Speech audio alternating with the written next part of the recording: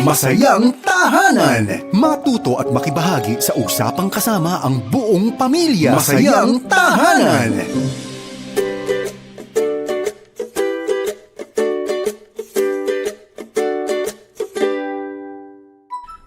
Magandang araw sa lahat ng ating mga ka-family. Ito po ang inyong Masayang Tahanan at ako ang inyong kumare forever, Maloy Malibiran sa Lumbides. Tayo ay tumungtong na sa buwan ng Setyembre and September is Family Month. Actually, to be more accurate, ang third week ng September ay National Family Week dito po sa ating bansa. Kaya tugmang-tugma sa atin pong Masayang Tahanan. Masayang kwentuhang pampamilya na hatid sa inyo ng Far East Broadcasting Company.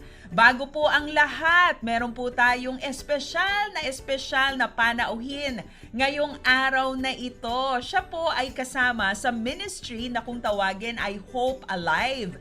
Kung maaalala ninyo, noon pong Marso, meron tayong isang midwife na nakakwentuhan na galing din po sa Hope Alive. Ang pangalan niya ay si Rona. Ngayon naman po ay makakakwentuhan natin ang kanilang executive director. Ngunit bago natin siya pabatiin, eto muna ang ating bibang inay buhat sa Negros para magbigay sa atin ng parenting tips, lalong-lalo na sa mga young moms and dads. Narito na po ang ating mompreneur, bibong inay, Dorcas Liedo Brion. One time, sabi ng anak ko sa akin, "Mommy, I need a prize kasi nilinis ko yung kwarto ko." Oh, hell. Akala mo naman pang Olympic medal yung tinrabaho niya, talaga nagde-demand siya ng prize, no? But suddenly, naisip ko, naku, hala, baka na-overpraise ko ng anak ko at looking forward siya lagi sa prize at hindi sa progress. We all want confident kids. Yung may tiwala sa sarili, hindi takot mag-try, marunong tumayo ulit, marunong sumubok.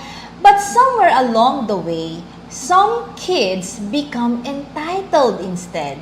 Sila yung nagde-demand ng affirmation, naghahanap ng reward, lagi silang nagsistruggle when things aren't going their way. And ang tanong, are we building confidence or feeding entitlement? Proverbs 22:6 remind us, train up a child in a way that he should go. And that includes shaping their attitudes, not just about success, but also about effort, failure, and humility. So here are 5 ways to raise confident, grounded kids without turning them into mini bosses of your house. Number 1, praise effort and not just outcome. Instead of saying, "Ang galing-galing mo naman anak, you can try this. Wow, you really work on that. Anak, nakita ko yung commitment mo, diligence, and determination mo to finish that. And I'm so proud of you." Because confidence grows when they value effort over applause. Number 2, let them wait. Hindi lahat agad-agad. Let them experience delay. Why? Because it teaches patience and appreciation. Number 3, teach them to contribute at home. Chores are not punishment. They are part of the training. Let them help, even if mas mahaba ang process. Because most of the time, ayaw natin silang patulungin kasi mas lalong tumatagal. But let them. If you have helpers at home, allow them dun sa mga small tasks. Like halimbawa, after nila kumain, ilagay nila yung pinagkainan nila in the sink. It teaches responsibility and teamwork. Number 4, celebrate others too. Kapag laging sila ang bida, they struggle when they're not. Teach them to clap for others too and not just for themselves. Let's train and inspire them to be happy sa success ng ibang tao. And number 5, let them fail safely. Don't rescue them from every mistake. Huwag tayo laging nangihimasok o laging gumagawa ng paraan, laging sumasalo. Let them forget homework once. Let them feel frustration. It builds grit and not fear. Tandaan, confidence isn't built on praise, but on perseverance. Our job isn't to make our kids feel that they are the center of the universe. It's to show them that they are capable, loved, and responsible. Dahil sa tunay na buhay, the most powerful kids are not the loudest. They are the ones who know who they are, even when no one's clapping. Magandang araw at maraming salamat, Nanay Dorca, sa napaka-timely tips na iyong ibinigay sa ating mga young moms and dads. Mga nanay at tatay na lumalaban ng patas araw-araw para mabigyan ng magandang kinabukasan ang kanilang mga anak. Saludo tayo sa mga nanay at tatay na talagang itinataguyod ang kanilang pamilya. Marami man ang challenges, mga pagsubok na ating hinaharap sa araw-araw. At kaya nga, meron tayong ministry na Hope Alive. Nagbibigay ng pag-asa sa mga kababaihan, nagbibigay ng pag-asa sa mga batang nanay, nagbibigay ng pag-asa sa pamilyang Pilipino na kahit na ang hirap magpalaki ng anak, magastos ang magkaroon ng pamilya, nariyan ang Hope Alive para umagapay, tumulong, i-equip ang maraming mga pamilyang Pilipino. Kasama natin ngayong umaga, ngayong araw na ito, ang kanilang Executive Director. Ang Hope Alive Ministry ay isang organisasyon na tumutulong magbigay pag-asa at bagong simula, lalong-lalo na sa mga young moms. At higit pa doon, mayroon ding espesyal na kwento ang atin pong guest ngayong araw na ito. Kapitbahay lang natin kasi sa Cainta lamang po siya galing. So malapit lang, Ortigas and Cainta, hindi ba? Pero ang kanyang pinagmulan talaga medyo malayo-layo kasi galing siya sa New Zealand, kung saan maraming Pilipino gusto ring pumunta, hindi ba? Kasama natin ang Executive Director ng Hope Alive Ministry, Nicole Van Den Engel. Tama ba? Did Opo, I say your tama. name correctly? Hello, Nicole. Welcome to Masayang Tahanan. Thank you. I'm so thrilled to be here, and it's such a privilege to share with you how God is working. Alam mo, the first time I saw you, I think it was a launch or was it an anniversary celebration of Hope Alive? I was so touched and blessed by your ministry. You, a Kiwi, a New Zealander, choosing to be here in the Philippines and making the Philippines your home. So tell us about that. How did God lead you to come here to the Philippines and stay here? Well, truly, it was a work of God. My husband is a teacher, and God called him to start looking beyond himself and New Zealand and Christian education within New Zealand into worldwide missions. And as God opened the doors for us to come to the Philippines, we weren't really looking at a specific country. We were more looking at where could God best use his gifts and talents, and where was God leading? Where was he opening the doors for us to come? As a nurse myself, we knew that wherever we ended up, God could use my skills that he had given me, and we were excited that it was the Philippines. We love Filipino people. We love the friendliness and openness. And it's such a blessing to be where God has called us. So the Lord opened the door, not just for your husband, but also for you. New Zealand is such a, it's such a huge country compared to the Philippines. You're huge. And there are not so many people in New Zealand. It's actually right? about the same size landmass if you joined all the islands of the Philippines together. So same landmass, Yes. but in terms of occupants, Only 5 million people. compared to Manila's, how many? Is it 21 million now? 21 million Filipinos, right? You have, the joke is you have more cows and sheep than Yes, people. more sheep than people. And then you come to the Philippines and every square inch of Manila is occupied by people and families. Did that shock you when you first arrived here? I love city life. And even today, as I was waiting, looking out the window at all the people everywhere and just touched by how God has a plan for each of those people, and how we are in such a position where we only have to turn a little inch and we can find another person to reach for him. And it's such a difference, of course, but there are blessings as well as challenges in that. That's right.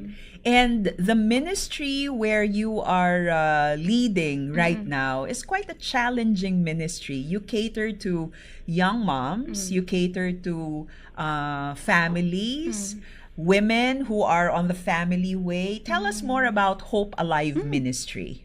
So Hope Alive started about 15 years ago. One of our midwives, together with some other nurses, saw the immense need in her community for especially teenagers who were pregnant and were not going to get any prenatal care anywhere. They didn't feel safe going into public health system. They were very vulnerable. They ended up giving birth in their homes with an untrained birth attendant, and often those births ended in the baby dying. And as she was doing ministry in the area as a nurse, she saw all this happening and her heart was burdened by God. This is Rona. This is Rona. The one who visited Yes. Masayang Tahanan a few months ago. Yes. Yes, she has an amazing heart.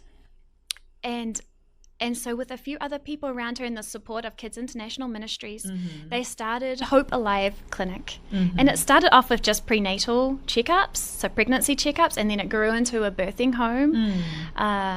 When I came in 2019, Aotearoa was the only staff on board. 2019, so that was just a year before the pandemic. That's right.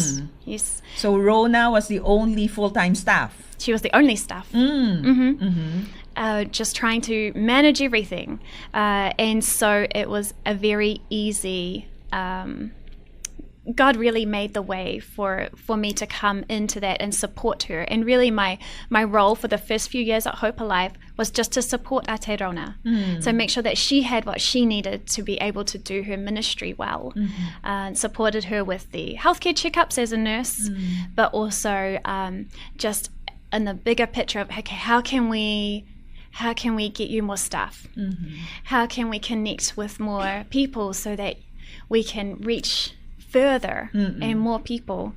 And she truly has a beautiful spot in her heart for the teenagers, and often we're seeing very young mothers, and it's just a privilege to be part of this ministry that is not just about physical lives but spiritual lives as well, and how we can connect the gospel of hope to every person's situation. Because really, hope is in Christ. Right. Hope that is anchored in Christ is hope that lasts. Right. We can give hope for a pregnancy, for a birth in the physical sense, but we can't give eternal hope in any circumstance aside from the gospel. And seeing people's hearts and lives changed through that is just the most beautiful thing. More beautiful than watching the babies be born. Every birth, every baby is truly a miracle and a gift from the Lord. You are very well aware that there is a crisis happening right now. Younger moms, girls giving birth to babies, so babies having their own babies. What do you see is the root cause of all these? Some people say it's lack of education, but is it really just lack of information? I don't think so. I think that is part of it, that there is that element. But really, the key part that seems to be missing is these young girls not feeling secure and safe and loved within their own home context. Now, of course, that's not a blanket rule. There's always going to be exceptions. But often these girls are just looking for someone to love them. And when somebody else shows that love, particularly an older male, is very enticing for them. We also see a lot of situations of abuse often within family context. So that is another large sector of our special care aspect. We have mothers as young as 11. 11 years old. So every month we have someone coming through our doors who's 14 years or younger. And under Department of Health guidelines, we can give them prenatal care and care for them spiritually, but we're not able to deliver their babies in our birthing home at this point. At this point, but you have plans and you Yes. are dreaming of putting up your own hospital where younger moms could be cared for, right? Right. So God has been leading us in this way, and like truly, when He first put this desire, the thought in my heart, I truly prayed He would take it away, because it's a very daunting task, right? Who am I to build a hospital in the Philippines? Who am I? But yet He imprinted that not only in my heart, but He started bringing in other people all around us. So we have Dr. Tanya, who's our medical director, and Dr. Pau, and Ate Ron, and everyone is so passionate about this idea, because these teenagers, they need a very special type of care where you take extra time and compassion and journey alongside them in a way that they can't find in the places where healthcare is busy and hard, because there's just so much overwhelming need. And as we seek to really come alongside this particular cohort, the only way we can do that is through becoming a general hospital in the Philippines. And so that's where God is calling us. And it's definitely one day at a time. One day at a time. One step at a time. Sabi nga, step by the step hanggang sumakses na tayo, hindi ba? And that kind of success will come from the Lord. When the Lord gives us a God-sized mission and vision, He will provide for everything that's needed to make it really happen. So when you first came here, you met Rona. She was the only person in Hope Alive Ministry. Now, how many staff and how many volunteers do you have now? We have 12 paid staff, Wow. 4 interns, So you and have 4 the 12, missionaries. you have the 12 disciples now? It's amazing how God has been providing not only the people, but the resources to pay them, and the difference it has made to ministry, and how now we're even starting to focus not just on pregnancy, but reaching into general medical clinics and trying to especially focus on unreached people groups and going out into these communities where they are very marginalized and have huge barriers to healthcare because of different challenges with different religions, etc.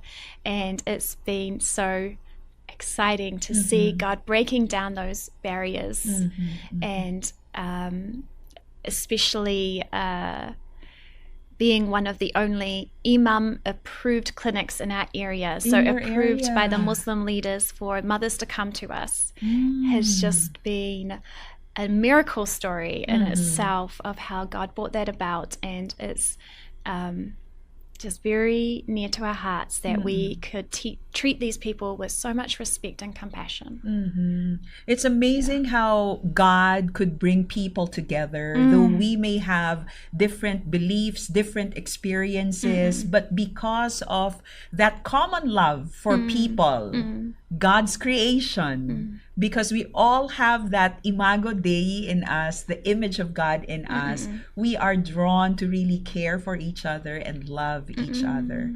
Nicole, recently there have been movies and a push to legalize abortion in the country. I'm sure you've heard about these news, right? Was there ever a time in Hope Alive when a young mom approached you and the young mom would like to get rid of the baby? And how were you able to convince her to keep it? How were you able to journey with these young women? Yes, so When this happens, it's usually with Ate Rona, because she is sort of the mother of the clinic, and the pregnant mothers feel very safe with her. But one of the things we found very helpful is showing an ultrasound of the baby, and it's been such a privilege. I did the ultrasounds for a few years, and now Dr. Powell does them. But seeing that little baby moving on the screen and showing the mother that this is a real person who's growing inside you. And I think that has truly been a turning point for many mothers.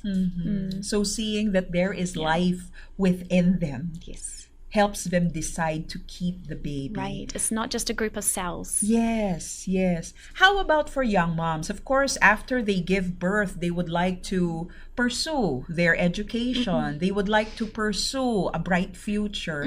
How about for moms who are not capable of really raising their own baby? Are there options, or how could Hope Alive walk alongside them? Yeah, so there are some different options. We actually partner with a non-profit which helps adults who need to continue their education but can't do that in a school setting. And then we also, very occasionally, a mother will want to give up her baby for adoption. And so we journey with the DSWD social workers in doing that. And I can honestly only remember 2 times in the last 6 years that has happened, because most of the time we're able to come alongside the mother and support her and explain to her the realities of, if you give your child up for adoption, that doesn't mean they're going to be adopted. That's the children crisis in the Philippines is real. Yes. And sharing some more of those insights, and once they meet their baby and hold their baby, it's very rare for a mother within our service to then still pursue giving up their baby. That's what I heard. There are young moms who at first are inclined to have their baby adopted, and then the moment they hold that baby in their arms, the mom's heart kicks in, and the mom's heart wouldn't want to let go anymore. Nicole, you and your husband have your own adoption journey and story, and we'd like to hear more about that when we return dito sa Masayang Tahanan. Mga nanay, mga tatay, ating mga kapitbahay, wala pong bibitiw, tutok lamang kayo dahil very interesting ang atin pong kwentuhan kasama si Nicole ng Hope Alive Ministry. Pero bago yan, narito po ang isang awit na ituturo naman sa atin ni Pastor Romel and Susan Guevara sa ating Usapang Worship.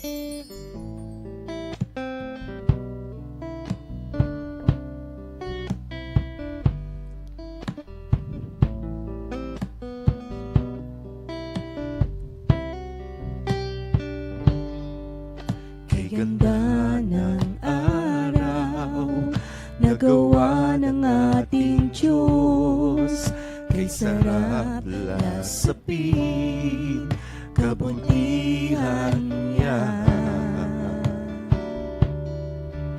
Purihin, sambahin,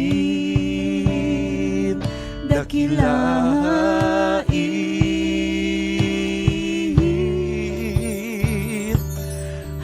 hallelujah, hallelujah, hallelujah, hallelujah, hallelujah.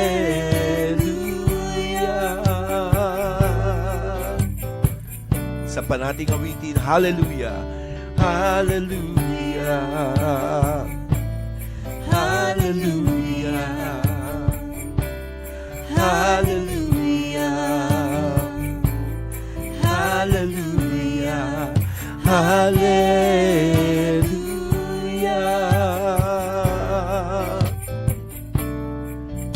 hallelujah.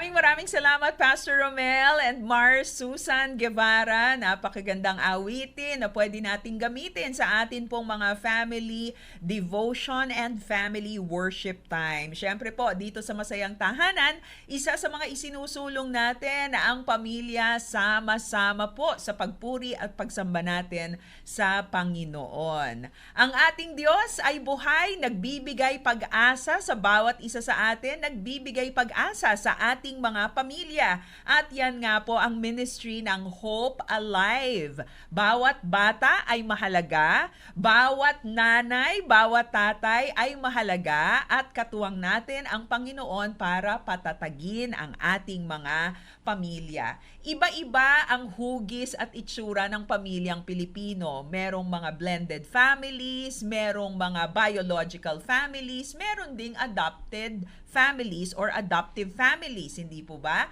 Ang ating kakwentuhan ngayong araw na ito, si Nicole Van Den Engel.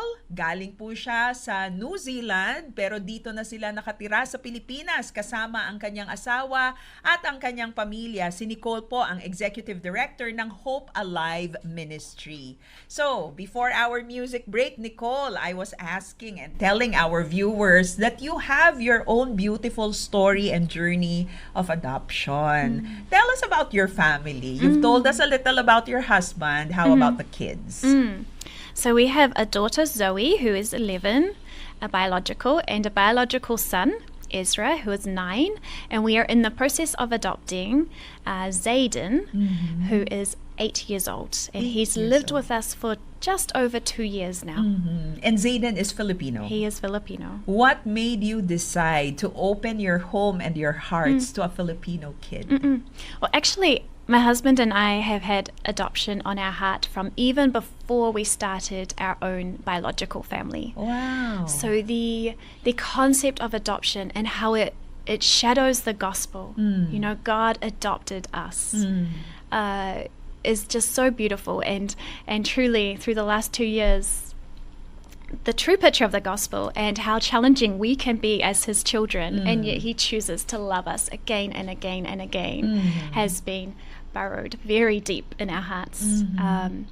But I think we were almost adopting in New Zealand when God called us into missions here. You didn't have your biological kids yet. We did. You already did. We did. So when we came here, Zoe was 5, Ezra was 3, and but we knew that that wasn't the end of God's call on our hearts to adopt or foster. But we did know it was on hold for a while we adjusted to life in a new country, a new community. And so about 3 years into our time in the Philippines, we started the process to apply for a foster license. So as internationals, you have to live in the Philippines for 5 years before you can apply to adopt. But we said to God, God got us to the point where we were ready, and we didn't want to wait 2 more years to meet our child. And so we were very unusual because there's not many families in the Philippines who foster to adopt, although now that is becoming a recommended option. And so the system didn't really know which category to put us in, but we got there eventually. Where internationals doing a domestic foster to adoption. So the normal route would be you either just to foster or you adopt. Okay. Yes. And normally a child is put into the foster system if there's a good chance they could be reunified with their family. And so even going into fostering, there was no guarantee for us that the child we were placed with would be able to be adopted long term. And so that was a big step of faith for us. And so when you apply for this, you fill in all the paperwork. It takes a while. But you specify if you are hoping for a boy or a girl, what age, and how much medical conditions or special needs you can manage. So your son, how old was he when you decided to adopt him? He was 6. He was 6. Most couples would opt to have a baby. Yes. for adoption. Yes, Why yes. did you decide to Yes. have a 6-year-old? That's 1 year short of completing the foundational years of growth, right? Right. It's definitely a challenge. It's well known that adopting a baby, the baby will grow up much more secure in your love. But we saw the need. There's so much need, and most people are applying for a baby, and they're even waiting years to be Yes. able to have that baby because everyone's saying they want a baby. And we really felt like God was calling us into adopting an older child who maybe everyone else had given up on. And as we were praying and thinking about all these things, the challenging thoughts of, is it right to take a Filipino child out of the Filipino culture and bring it into your culture? Because even though we live here, our home culture is very Kiwi. Praying through all these things and just hearing God say, there's so much need, and He will fill those gaps. We can't be perfect parents. We will never meet all the needs that our child has. And no one is a perfect parent. Right. All of us are Right. flawed. All of us have Right. our wounds, right? And even this process with our biological kids, there's times where we think, did we do the right thing? Yes, because we're following God. How did you prepare your kids? Of course, here's a Filipino boy joining our family. The color is different, the look is different, the sound is different. So how did you prepare your He children? sounds the same now. He sounds He the has same. a Kiwi accent. Kids adopt very fast, right? So how did you prepare your biological children? We talked, it probably was about a year of talking with them, floating the idea. We did not make the final step until they were okay with it.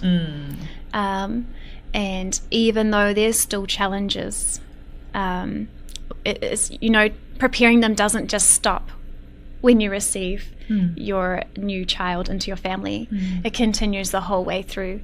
We also are big believers in getting professional help. And so we have used professional therapy for all of us in the family at different points of the journey to be able to process all the different emotions that are going on. But we do really reassure our older biological kids, like God sees their sacrifice. And He sees how they are sharing the gospel to the younger brother by loving him even in all the challenges that brings and joys, and that God sees that. And He does promise us spiritual blessings and rewards for those things. What are the challenges that you have experienced having this unique setup of family? Yes. Besides from all the paperwork, which we may have finally just finished because now we're in the adoption process now. So we've switched from A lot of there are some couples who got discouraged and did not push through because of all the requirements and all the paperwork. And it keeps changing. So you think you've done it, and then just to give the system credit, they have changed it from the court system into NACC, National Authority for Childcare, and it's much more streamlined now than it was before. But we started the process when they were just making that change. So, and like I said, we're very out of the box. International, doing a domestic foster to adopt. So our son, this is his third adoption family. And so he's been through a lot of rejection. He's been through rejection and abuse, and those have had some very significant, deep, traumatic impacts in his life. And so he does have special needs because of all of that. And so there are times where his brain doesn't work like a typical neurotypical child's would. And so as a family, as a school, as a community, there's needed to be a lot of extra grace and understanding of all of that. But he does bring a lot of joy as well. He's very enthusiastic. He's very quick to give love to anyone who gives him attention, and he can bring a lot of joy into friendships. How has your family adjusted to Filipino culture and Filipino life? Great question. So our home is still very Kiwi, but adjusting to the rest of it, like we love how friendly and positive the general community of Philippines is. And we love the warmth. Well, I do. My husband doesn't. But it's always raining and it's always flooding now. So where is the warmth? We actually had our house flooded in New Zealand, and we haven't in the Philippines. So really? yes. Wow. Yes, yeah. Wow. So how do you adjust to the warmth, and then your husband does not like the heat? I mean, we're here because God's called us here. So You always go back to the calling. yes. Always go back to the calling. When you're where God has called you, there's so much peace in that. And, God calls us to do hard. He does. And if we're not willing to do hard for him, then what are we doing? Yeah. I'm sure there were times when things really got hard and you're almost ready to throw in the towel and call it quits and go back to New Zealand. But what are the success stories and inspiring stories that keep you going and keep you pursuing the calling that God has given you, especially at Hope Alive?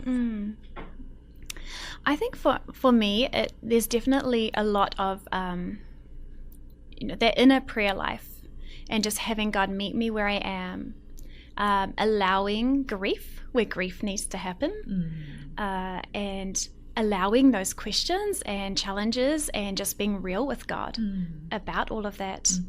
But then also taking a step back and looking at the bigger picture. Okay, what has God done already? And he's done so much. He's brought around so many different people for both the clinic and the hospital and our adoption story. And even just this week, he's been bringing in another person to fit a very specific need that was unknown a month ago. And so as we watch him pull these people into places, and as funding comes from different places that we never thought it would come from, just being reassured, like, this isn't our battle. It's not our battle, it's his. And so the verse in Exodus about be still and I will fight for you. Learning to be still and feel his comfort in those moments. You said that Hope Alive has a lot of, you have volunteers, right? And I'm sure from the families who are watching and listening right now, God is touching hearts, perhaps of some senior citizens who have lots of time in their hands and they don't know what to do with their time, and they want to do something that is helpful to the community. What are volunteer opportunities that you have in Hope Alive Ministry? Yeah, so in our clinic setting for non-medical people, we have volunteers come and operate our front desk, so welcoming the mothers in and making sure that they feel loved. And it's very simple tasks, it's not difficult, finding their file with their name or scheduling them their next appointment, but we see it as a very critical step of sharing Christ's love from the moment they come through our doors. And then we also are looking for mentors and disciplers, particularly females, who could meet one-on-one with our mothers who are going through a more extensive, tougher time. Maybe they've had a miscarriage, or maybe their partner has left them. Maybe there's questions about faith and life, and they really need, that weekly session, just to have someone to listen, read the Bible, pray with them. We're always happy to have people come in and share the gospel, sit with our mothers one by one, and just be with them in their story. Yeah, and then of course there's all the medical side, nurses and midwives and doctors, and then the hospital, our advisory board is growing in construction, and so many different areas. So project development, and I feel like if anyone comes to me and says, I want to be involved, I can find a place. Just bring in your bread and your fish, whatever that is. There would be a place for you at Hope Alive Ministry. But that's a challenge that I would like to extend to those who are viewing and watching right now. Sometimes we feel that we have so much time, we have extra resources to share. It's good to really partner with ministries like what Nicole is heading, Hope Alive Ministry. You touch the life of a child, a mother, you touch the life of the entire family. The first time I met Nicole at that event of Hope Alive, there was a song that was sung. It was truly moving, very touching, and she was the one who wrote the lyrics of that song. We want you to listen to it, and I hope that this will spark hope in you.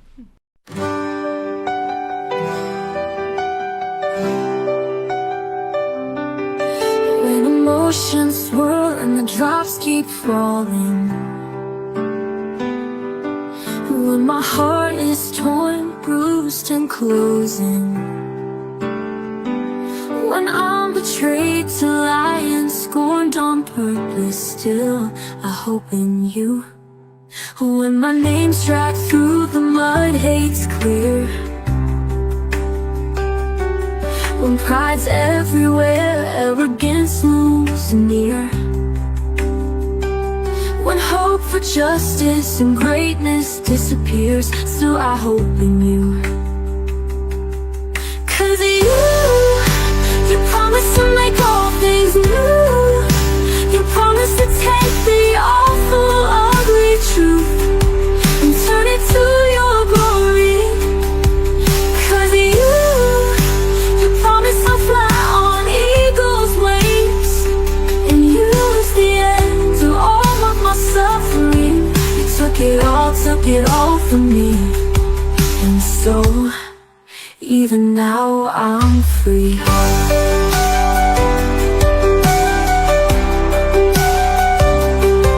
When it feels too hard to take another step, when dreams are lost and ambitions spent, when there's no good way forward but to retreat, still I hope in you. 'Cause you promise to make all things new. You promise to take the awful, ugly truth and turn it to your glory. 'Cause you promise I'll fly on eagle's wings and use the end to all of my suffering. You took it all from me, and so even now I'm free.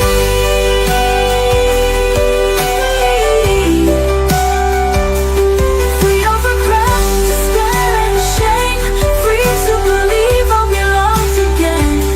Free from the need to prove I'm more. Free to be forever yours. Only you can take these broken pieces and create a masterpiece.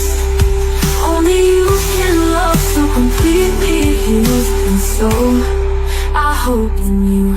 Because you promise to make all things new. You promise to take the awful, ugly truth and turn it into your glory. Because you promise I'll fly on eagle's wings and you is the end of all my suffering. You took it all from me, and so even now I am free.